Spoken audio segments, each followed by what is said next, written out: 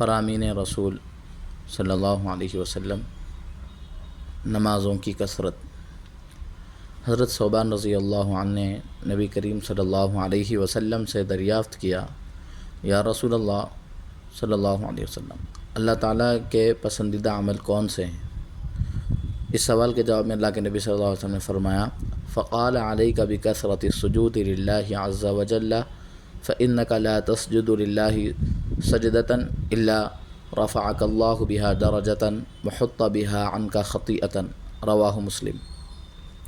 اللہ کے نبی صلی اللہ علیہ وسلم نے ارشاد فرمایا، اللہ عز و جل کی رضا و خوشنودی کے لیے کثرت سے سجدے کیے جائیں، کیونکہ اللہ کے لیے جو بھی سجدہ کیا جاتا ہے اس سے تمہارا ایک درجہ بلند ہو جاتا ہے اور ایک گناہ معاف کر دیا جاتا ہے۔